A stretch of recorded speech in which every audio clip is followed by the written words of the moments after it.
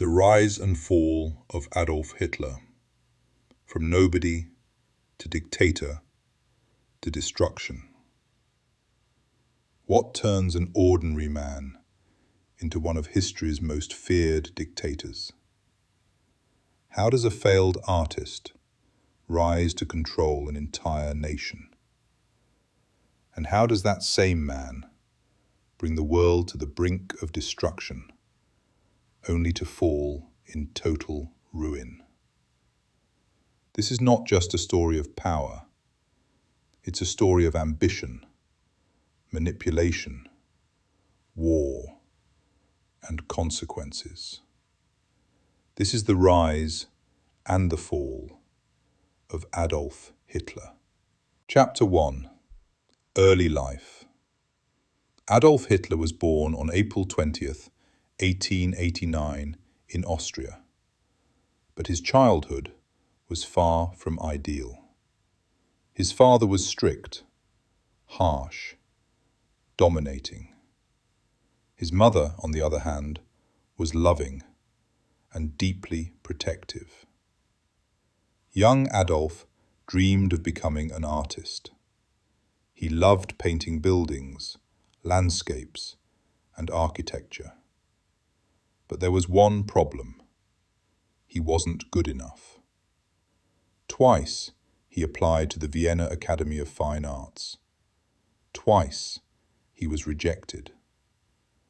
That rejection would shape his future in ways no one could have imagined. Living in poverty, drifting through the streets of Vienna, Hitler began to develop dangerous ideas. Ideas about race, power, and blame. Chapter 2. War and Radicalization. In 1914, World War I erupted. Hitler joined the German army. For the first time in his life, he felt purpose. He served as a messenger on the front lines. He witnessed death, destruction, chaos. And when Germany lost the war in 1918, Hitler was devastated. But instead of accepting defeat, he believed Germany had been betrayed. This belief would become the foundation of everything that followed. Chapter 3. The Rise of a Leader. After the war, Germany was in crisis, economic collapse, mass unemployment, national humiliation. This was the perfect environment for someone like Hitler. He joined a small political group, the Nazi Party. But he wasn't just a member. He was a powerful speaker. His speeches were emotional, angry, persuasive. People listened. Crowds grew. And soon, Hitler wasn't just part of the party. He was leading it. Chapter 4. Failed coup to prison. In 1923, Hitler tried to seize power in what became known as the Beer Hall Putsch. It failed. He was arrested, sentenced to prison. But prison didn't stop him. It gave him time. Time to write his infamous book, Mein Kampf.